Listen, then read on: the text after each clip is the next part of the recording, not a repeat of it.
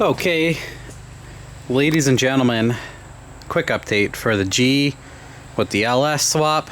I'm gonna spray it big, but one of the things I noticed while driving it was it felt like the rear end was moving around a lot. Like the car would lunge and I would get that drive shaft clunky noise you get when something's loose. And I checked my drive shaft bolts a couple times and I did some research, and they apparently have these bushings that go bad even under stock horsepower. So mine are really bad. And in the one mail time package, my buddy Derek sent me bushings. So I replaced the stock bushing. I'll throw pictures in. My bushings were demolished. I also got to see some videos of how bad this stuff flexes. The next ones will probably be the subframe. So I got to do the subframe next. I got to order those up. People said this makes a huge difference, but I should probably do solids here also to eliminate all the drivetrain slack. So pulled the exhaust, pulled the pumpkin out. I still didn't bolt this exhaust or this axle back up. I got to bolt the axles in, put the exhaust drive shaft back in, and then I'm done. And then I'd like to get this puppy over to the dyno and hit it with the 200 kegger. And I'm waiting for the blower. So hopefully Olson Custom Works is done with my blower.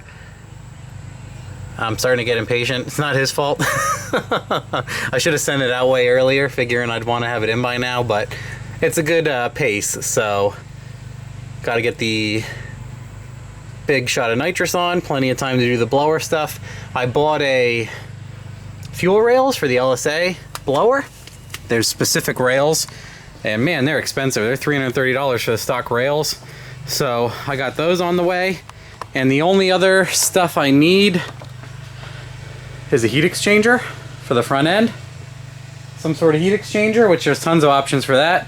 I'll probably go with like a CX Racing one or CFVS. My buddy Firends has a good. I gotta measure what I can do. There's not a lot of height. There's tons of room side to side. I already have a Bosch water pump, and then what I need is like an overflow tank, and I have room here. So I might buy a tank or make one out of cardboard and give the dimensions to Monkey Fab. I bothered him once or twice. He's on board. It's just I feel like I'm bothering him sometimes, and if I can just buy one that's in stock and I don't have to utilize him, even though he would probably love to do it, we'll see. I gotta get a tank. Any suggestions for intercooler tanks would be nice. Any suggestions for heat exchangers?